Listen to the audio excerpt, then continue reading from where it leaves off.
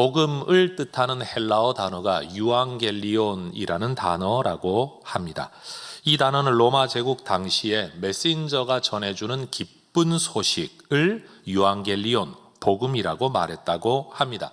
그런데 특별히 그저 무조건 좋은 소식이 아니라 로마 황제에 대한 소식, 그의 말 또는 그의 행적, 특별히 전쟁에서의 승리 그리고 정복했다라는 이 소식이 유앙겔리온, 좋은 소식, 복음이라고 사용했다고 합니다.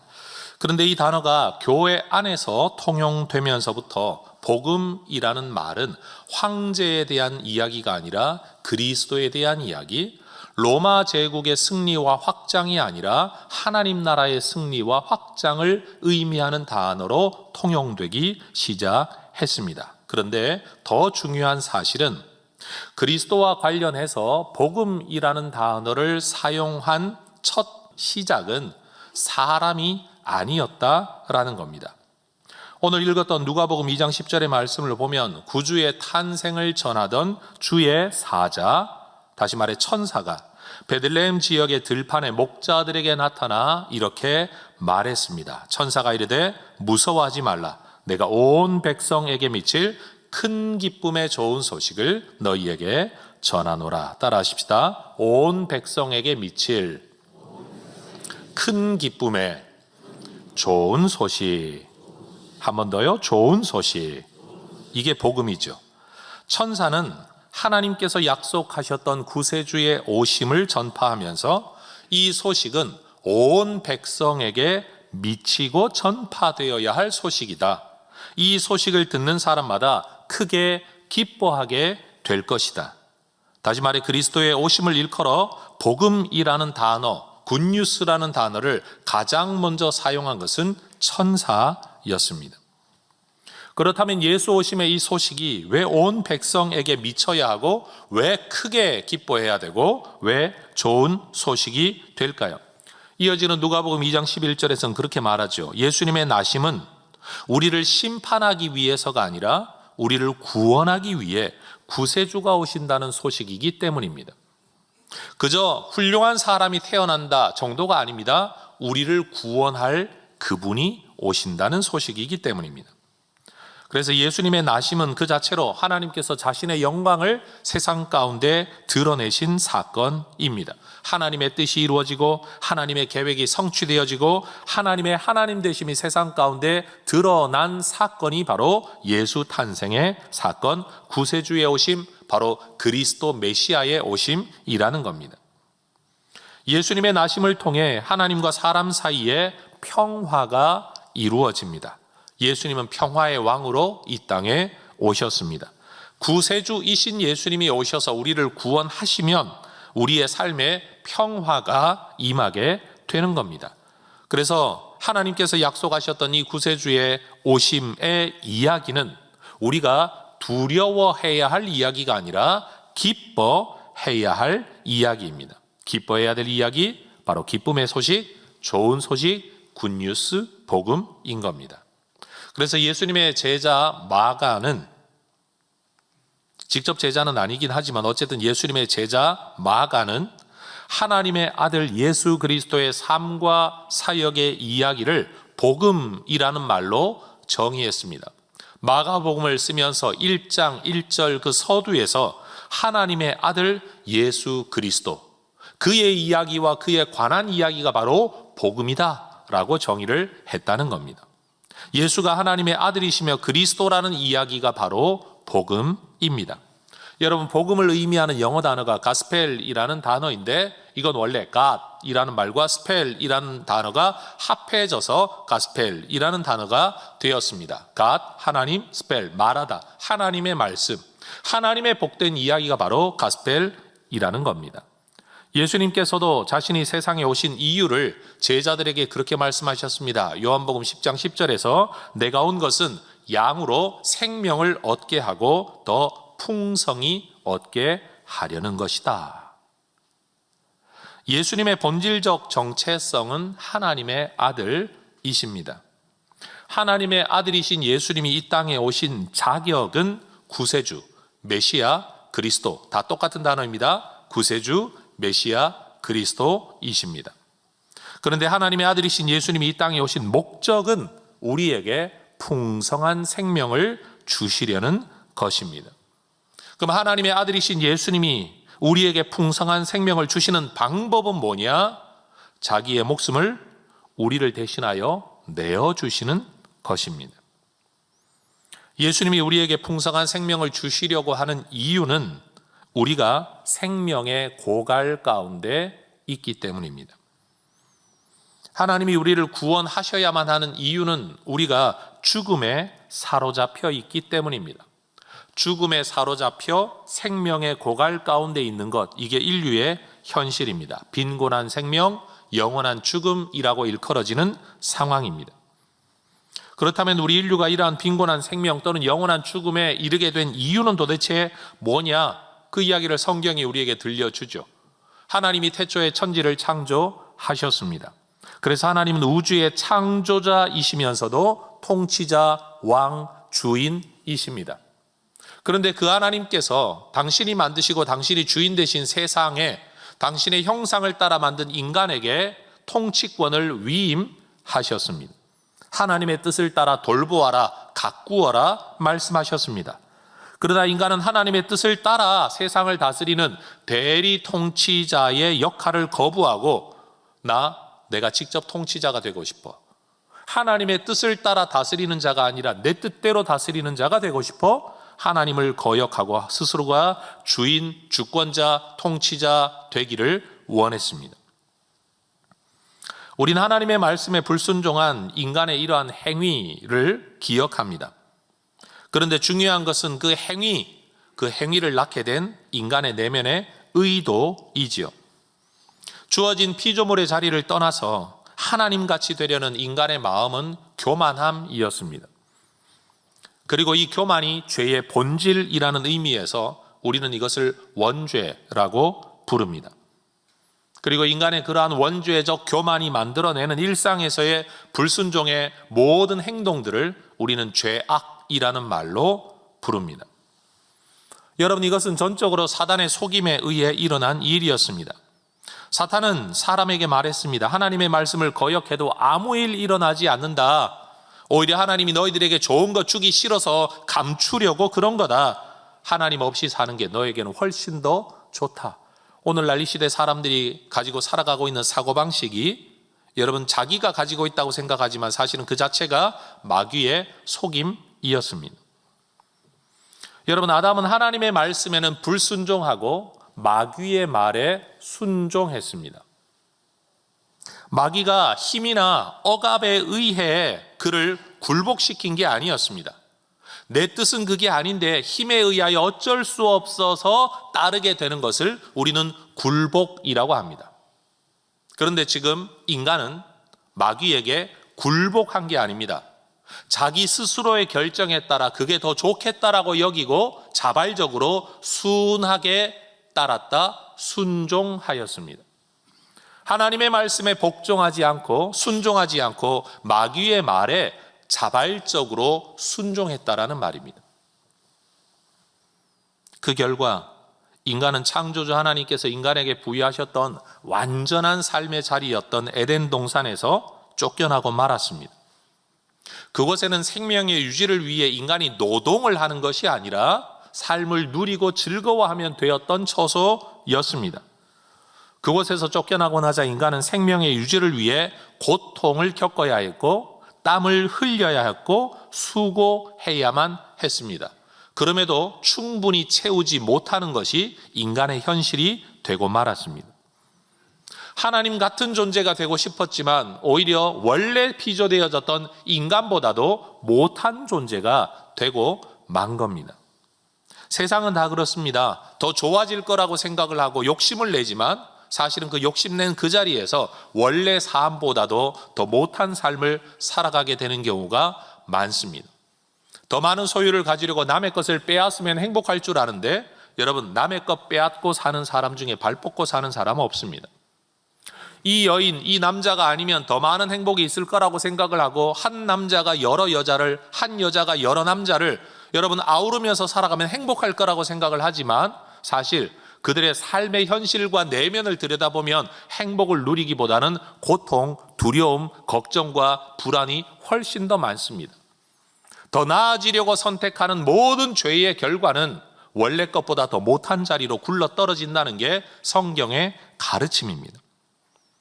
스스로 하나님이 되어 자기 삶을 주관하고 내 안에 남아있는 어떤 자원으로 내가 행복한 삶을 살아갈 거라고 기대하고 꿈꾸지만 그 삶의 결국은 궁핍과 빈곤뿐입니다. 저는 지금 돈 문제를 이야기하고 있는 게 아니라 삶의 행복, 진정한 삶의 생명력을 이야기하고 있는 겁니다. 여러분, 사람은 시간의 제한을 받습니다. 공간의 제한을 받습니다. 지혜의 제한이 있습니다. 능력의 제한이 있습니다. 사랑에도 제한이 있습니다. 그런데 여러분, 더하고 싶어도 더하지를 못합니다. 더 낮아진 존재, 불행한 존재, 마귀에게 휘둘리는 존재가 되고 만 겁니다. 이 땅을 살아가는 누구도 더 이상 더 많은 사랑을 받을 수 없다, 나는 행복하다라고 느낄 만한 사랑을 받은 경험 가진 사람 없습니다. 내가 더 이상 줄 수 없다라고 말할 만큼 사랑할 수 있는 존재도 없습니다. 또 누가 있다고 하더라도 그 대상이 되는 사람에게 한번 물어보십시오. 그렇게 받았냐? 그렇게 인식하는 사람 없습니다. 우리 모두는 결핍 가운데 살아갑니다. 범죄로 말미암아 하나님의 은혜에서 쫓겨나버린 인간, 이 인간을 저는 항상 이렇게 표현하죠. 뿌리 뽑힌 나무. 당장은 싱싱한 듯 하여 꽃과 열매를 맺으며 살아가는 듯 하지만 결국은 말라 죽을 수밖에 없는 존재. 여러분, 성경이 죽음을 이야기할 때는 육신의 죽음만 의미하는 게 아닙니다. 영원한 죽음의 하나의 증상이 육신의 죽음일 뿐입니다. 죽으면 끝난다라고 말하는 사람들은 이 죽음, 육체의 죽음이 영원한 죽음의 일부분이라는 사실을 모르기 때문에 그 말을 하고 있는 겁니다. 영원한 죽음의 하나의 증상이 육체의 죽음이고, 그 육체의 죽음이 오기 전에도 인간은 괴로움과 고통 가운데 살아갈 뿐만 아니라 육체의 죽음 이후에도 또 다른 영원한 죽음이 있다는 사실을 세상은 알지 못합니다. 육신의 죽음은 기껏해야 영원한 죽음의 하나의 증상이라는 걸 절대 잊어버리면 안 됩니다. 삶에서의 고통과 고난, 갈등, 분열, 여러분, 이건 역시 인생이 죽음의 권세 아래에 있다는 것을 보여주는 증거일 뿐입니다. 여러분, 사람 사이에 오해라는 게 얼마나 무섭습니까? 그런데 그 오해가 왜 일어납니까? 그것도 생명력의 결핍 때문에 일어나는 일입니다. 내게 유익하도록 생각하려고 하는 인간의 사고방식이 여러분, 상대방의 진지한 뜻을 그대로 받아들이지 못하는 경우가 굉장히 많습니다. 병에 걸리면 그에 따른 증상이 있듯이 죽음이라는 병에 걸리면 다 죽음의 증상들이 나타나게 되는 겁니다. 인생이 겪는 모든 고난과 갈등이 바로 이러한 죽음의 현실을 반영하는 증상인 겁니다. 여러분, 석가모니가 인생을 두고 그렇게 말을 했습니다. 생, 즉, 고. 인생은 괴로움이다. 저는 석가모니가 굉장한 철학자라고 인정을 합니다. 존중합니다. 삶의 본질을 꿰뚫어 본 사람입니다. 그런데 여러분, 인생이 괴로움이라는 건 여러분, 하나님 떠난 인생이 가지고 있는 본질 그대로가 맞습니다. 근데 우리가 믿는 건 뭐지요? 거기에서부터 벗어나는 길이 예수 안에 있다는 것을 우리가 믿는 겁니다. 어떤 종교를 가지고 있든지 삶 자체는 고난이라는 건 여러분, 이건 거부할 수 없는 인생의 현실입니다. 그래서 구원은 바로 이러한 죽음의 권세와 증상으로부터 해방되는 것을 의미합니다. 그래서 구원받는다라는 말을 일컬어 우리는 생명을 얻었다라고도 말을 하는 거죠. 여러분, 영생이라는 단어의 원래 히브리어의 의미는 시간적으로 영원하게 산다라는 뜻이 아니라 오는 세상, 다음 세상에서의 삶을 의미한다고 합니다. 우리는 시간 안에 갇혀 살다가 보니까 영생, 영원이라고 말하면 자꾸만 시간적인 영원함을 의미하는데, 여러분, 시간과 공간은 창조된 겁니다. 하나님의 창조의 일부가 시간과 공간입니다. 창조 세상이 그 안에 들어와 존재한다는 거예요. 이 창조 세상을 넘어서게 되면 시간과 공간 개념이 아예 없습니다. 그러니 영생이라고 말하는 것은 영원하게 산다라는 뜻이 아니라 시간을 넘어서서 다음 세상에서 살아간다라는 뜻이죠. 그 오는 세상이 어떤 세상입니까? 하나님이 다스리시는 하나님의 나라를 말합니다. 하나님의 보호자에서 살아가는 그 세상을 말하는 겁니다. 그러므로 영생이라는 건 하나님과 연결된 삶을 의미합니다. 하나님과 화목하게 된 삶을 의미합니다. 하나님 안에서의 삶, 하나님이 부여하시는 생명을 누리며 살아가는 삶, 하나님과 동행하는 삶, 그게 영생인 겁니다. 누가복음 15장에 보면 하나의 이야기가 나와 있죠. 마치 동화와 같은, 우화와 같은 이야기입니다.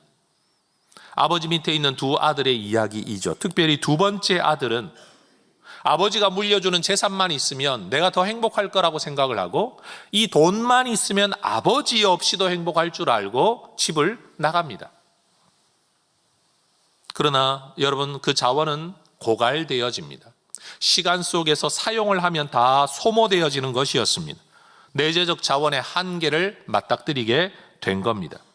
독립한 지 얼마 못 돼요. 자원의 고갈을 경험하고 심각한 결핍을 경험하게 된 겁니다. 여러분, 주인집 아들이 종이 되었다는 사실, 유대인들이 가장 불결하게 여기는 돼지를 치는 종이 되었다는 사실, 심지어 돼지의 사료로 배를 채우고 싶어도 그것마저도 먹을 수 없는 비참한 지경에 이르렀다는 사실, 그게 바로 성경이 말하고 있는 인생의 죽음의 상징적인 모습입니다. 이런 죽음을 살아가는 인간이 구원받는 길은 뭡니까? 아버지께로 돌아오는 거죠. 부유하신 아버지 품으로 돌아가는 겁니다. 그 아버지는 자신을 떠나버린 아들을 저주하지 않습니다. 용서하고 화해하고 아들로 받아들여 다시 상속자의 지위를 베풀어 줍니다. 하나님의 용서의 사랑에 힘입어 인간은 또다시 그 은혜를 누리게 되죠. 풍요한 잔치, 하나님과 함께 먹고 마시는 잔치에 참여하게 된 겁니다. 이것이 바로 예수님께서 선포하시는 하나님 나라의 구원입니다. 여러분, 뿌리 뽑힌 나무가 죽음의 증상이라면 시냇가에 심긴 나무는 하나님 안에서 살아가는 생명력을 누리는 하나님의 구원받은 백성의 그림 언어입니다. 전 우리 예성의 모든 가족들이 시냇가에 심어진 나무로 살아가기를 주의 이름으로 축원합니다. 여러분, 이 나무냐 저 나무냐, 큰 나무냐 작은 나무냐가 중요한 게 아니라 어디에 심어져 있냐, 뿌리가 심어져 있냐, 뽑혀 있냐라는 것이. 예수님은 이러한 구원을 우리에게 가져다 주시는 존재이죠. 하나님께로 돌아가면 그 영원한 자원을 누릴 수 있다. 그런데 우리는 하나님께 빚진 존재입니다. 죄의 문제를 해결하지 않고서는 하나님과 화목될 수가 없습니다. 여러분이 화목되기 위해 우리에게는 중재자, 중보자가 필요한데 그분이 예수님입니다. 그런데 예수님은 그저 말 잘해서 이쪽 저쪽 거간꾼이 되어서 여러분 우리를 중재하는 게 아니라 우리가 갚지 못하는 값을 대신 갚아주심으로 하나님과 우리를 화목시켜 주십니다.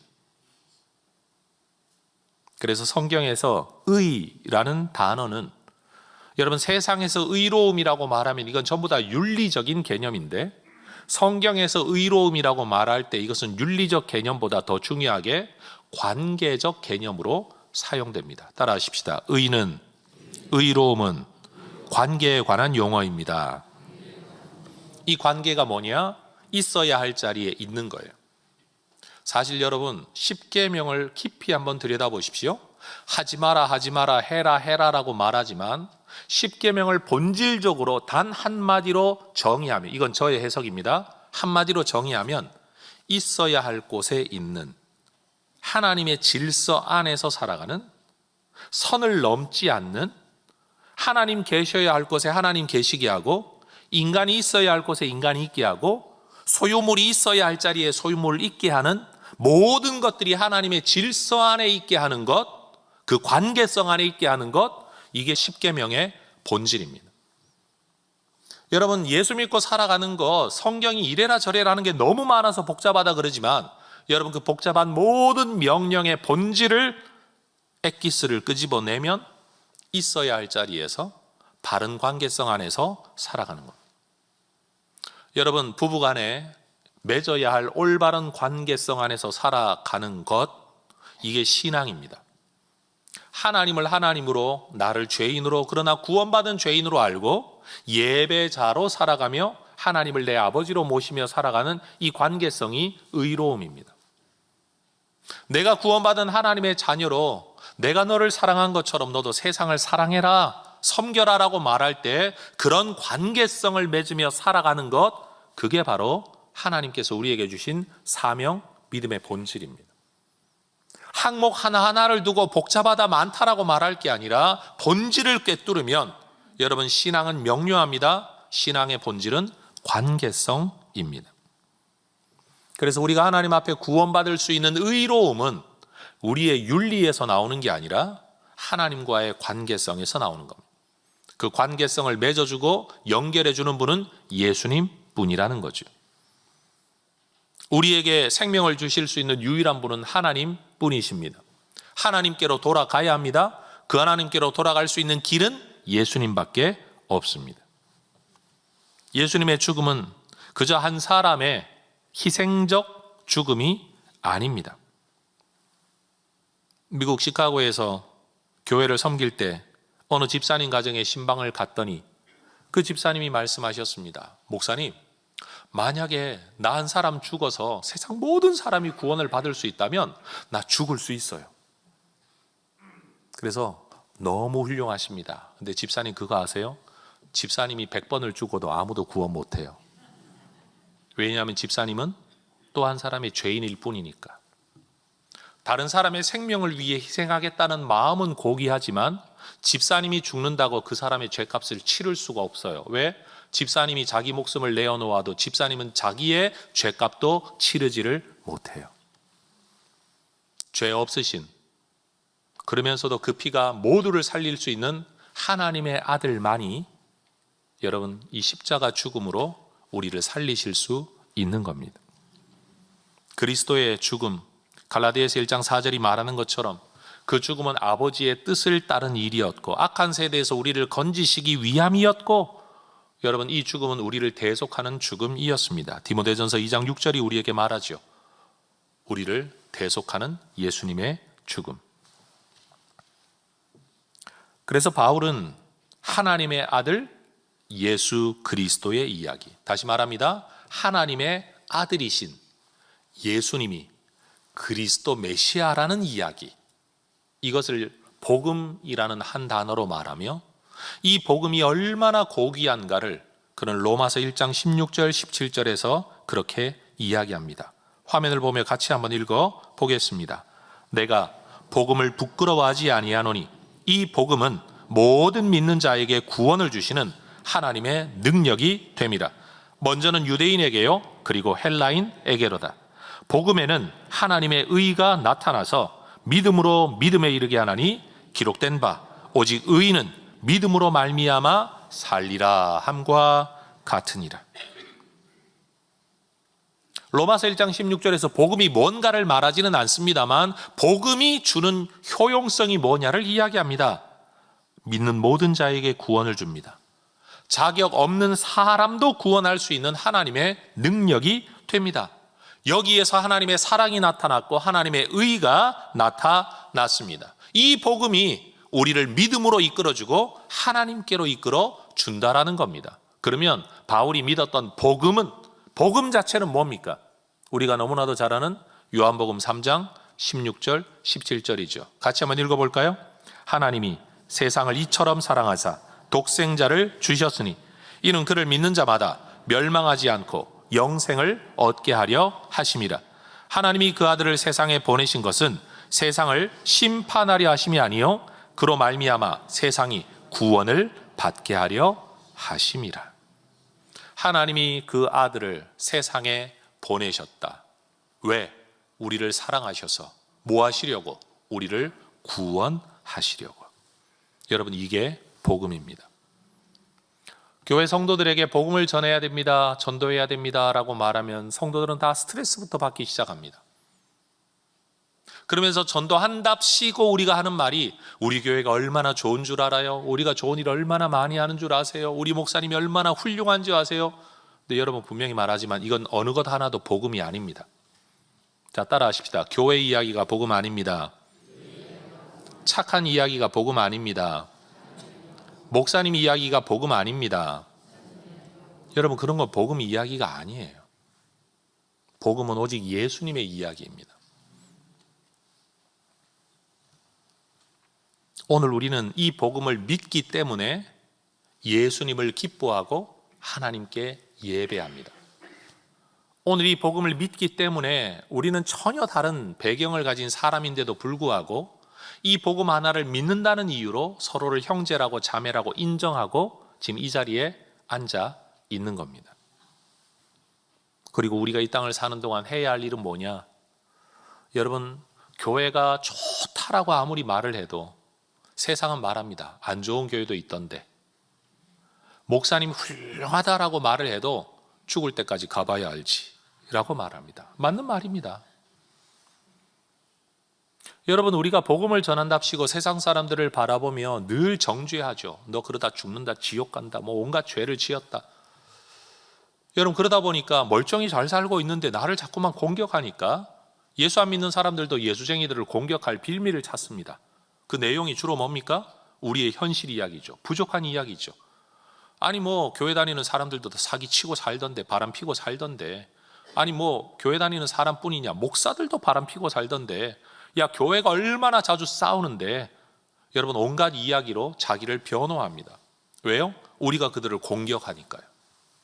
우리가 전해야 될 복음은요, 너 죄인이다, 너 죽는다는 이야기가 아니라 더 중요한 사실은 우리의 이 빈피판, 궁피판, 생명력의 결손을 느끼는 이 상황에서 우리를 구원하기 위해 예수님이 오셨다는 이야기입니다. 여러분, 논리 싸움 하지 말고, 알지도 못하는 신학 싸움 하지 말고 예수님이 이야기를 들려주는 우리 혜성의 가족들 되실 수 있기를 축복합니다. 모르는 이야기하면 제가 잘 모릅니다. 인정해야죠. 모른다고 해야죠. 모르는 걸. 말도 안 되는 논리로 이기려고 들지 말고 모른다고 말해야 됩니다. 그런데 내가 아는 게 하나 있습니다. 그게 뭐냐? 예수님이 우리를 사랑해서 이 땅에 오셨다는 겁니다. 그분이 죄 없는 그분이 우리를 대신해 십자가 죽으셨다는 겁니다. 그게 하나님이 우리를 사랑해서 그런 일을 하셨다는 겁니다. 그 예수님 안에 있으면 우리가 하나님을 아버지라고 모시게 됩니다. 뿌리 뽑힌 나무가 아니라 시냇가에 심어진 나무, 하늘에 심어진 나무가 되는 겁니다. 나는 이것을 믿습니다. 그거예요, 여러분. 내가 얼마나 윤리적으로 살아가느냐의 이야기가 전도의 주제가 아니라, 내가 얼마나 남보다 착한 일을 많이 하느냐가 전도의 주제가 아니라, 예수님이 누구이냐, 무슨 일을 하셨냐, 왜 그렇게 하셨냐, 이것을 전하는 것이 우리의 전도의 주제가 되어야 할 줄로 압니다. 여러분, 예수님이 왜 오셨습니까? 생명을 주시려고 오셨습니다. 예수님이 우리에게 생명을 주시는 방법이 무엇입니까? 자기 목숨을 십자가에서 내어 주는 것이었습니다. 그런데 그 예수님이 누구입니까? 하나님의 아들이신 겁니다. 여러분, 이게 복음입니다. 하나님의 아들 예수 그리스도, 그분이 바로 복음이다. 여러분, 이 복음을 분명히 믿고 이 복음으로 기뻐하는 하나님의 자녀들 되실 수 있기를 축복합니다. 다시 말하건대 혜성교회가 여러분 이 땅에서 우리가 예배하는 이유가 뭐냐? 오직 예수 복음 때문이다. 우리가 바깥에 나가 전도하는 모든 나누는 이야기의 주제가 뭐냐? 너 잘났다 내 잘났다가 아니라 바로 예수님의 이야기. 여러분, 죽으나 사나 오직 예수로 살아가는 진짜 예수쟁이들 되실 수 있기를 주의 이름으로 축원합니다. 지난주 부활절 초청주일 이후 여전히 아직도 마음의 결심을 못한 분들이 우리 주변에는 많이 있을 겁니다. 우리는 그분들에게 이야기해야 됩니다. 억지로 꺾고 교회를 데려오려고 할 게 아니라 계속해서 예수님 이야기를 들려주어야 합니다. 예수님이 누구시냐, 왜 그러셨냐, 무슨 일을 하셨냐, 어떻게 그 일을 하셨냐, 그리고 무슨 목적을 가지고 그 일을 행하셨나. 여러분, 진짜 예수를 우리의 구세주로 믿고 아버지 하나님의 자녀가 되어 하나님에게 뿌리를 내려 그 은혜로 주어지는 모든 생명력으로 이 땅을 살아낼 힘을 여러분 누리며 살아가시기를 축복합니다. 아마 그러시겠죠. 목사님, 나 예수 믿고 사는데도 여전히 생명력이 빈약합니다. 저도 빈약합니다. 근데 이건 알아야 됩니다. 그 빈약하다라고 느끼고는 있지만 여전히 우리에게는 하늘 소망이 있고 기도의 능력이 있고 여전히 누림의 은혜가 있고요.